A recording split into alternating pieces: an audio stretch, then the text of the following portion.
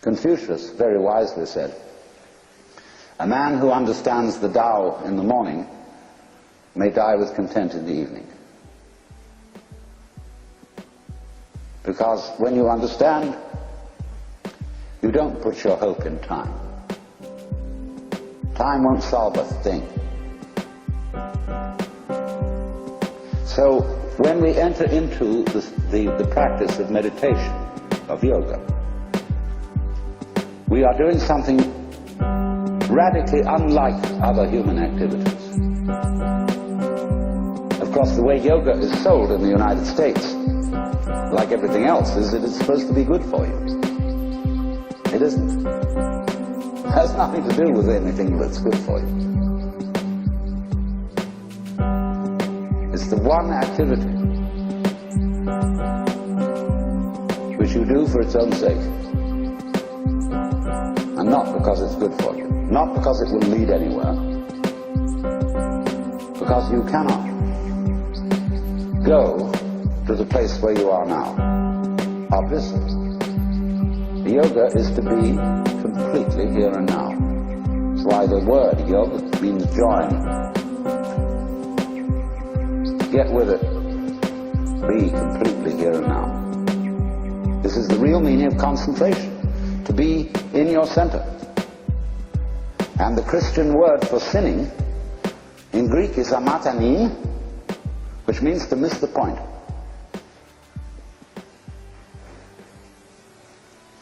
And the point is eternal life, which is here and now. Come to your senses.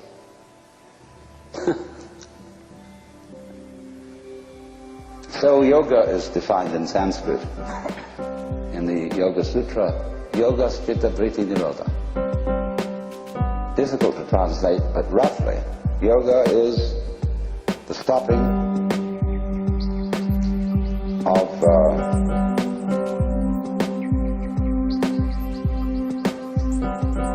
Vritti is turning, see, like a wheel, and Chitta is consciousness. Turnings in consciousness. In other words, the attempt of the mind to catch hold of itself, which is what we call thinking, worrying. So we could say loosely, yoga is the cessation of thinking. It's not the cessation of awareness, but of symbolizing, trying to touch reality in terms of thoughts, symbols, descriptions, definitions. Give it up. It's not easy because we do it habitually. But until there is silence of the mind, it is almost impossible to understand eternal life, that is to say, eternal now. If you could come to the place where you suspend conceptions. Conceptions in Sanskrit are called vikalpa. And so this state is called nirvikalpa, not conceptual. And this will be basic to everything I'm going to talk to you about. To understand non-verbal reality, non-conceived reality, what I call suchness, tathata. It's really very easy. It's too easy. That's why it's difficult. But that when you are fully aware and not thinking, you will notice some amazing absences. There is no past. Can you hear anything past, incidentally? Can you hear anything future? They're just not there to the plain sense of one's ears. Ears are easiest to begin with. Can you hear anyone listening to something else other than sound, you know? Can you hear the listener? No? Well, then presumably it's not there. then you become again as a child.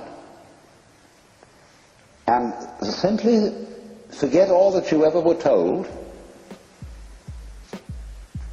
and contemplate what is. All these ghosts go away. That's weird. But they just go. And then you enter into the eternal state. Well, there's no problem.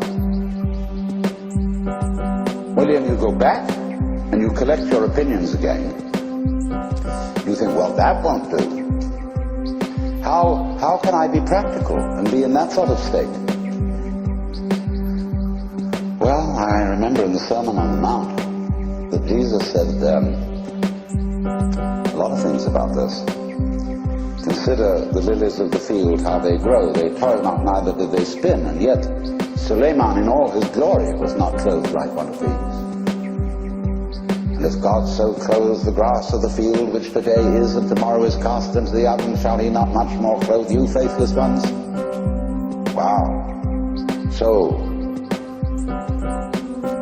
do not worry about tomorrow, saying, what shall we eat, what shall we drink, or how shall we clothe ourselves? Oh, the rabble seeks after these things. Sufficient to the day is the worry of it.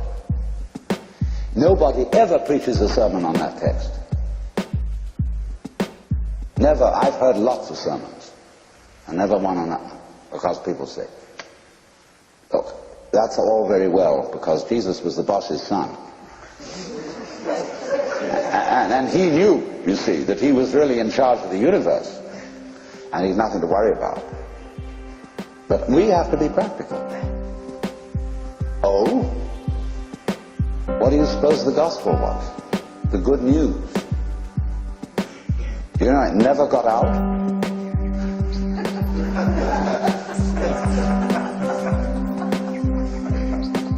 You too are the boss's son.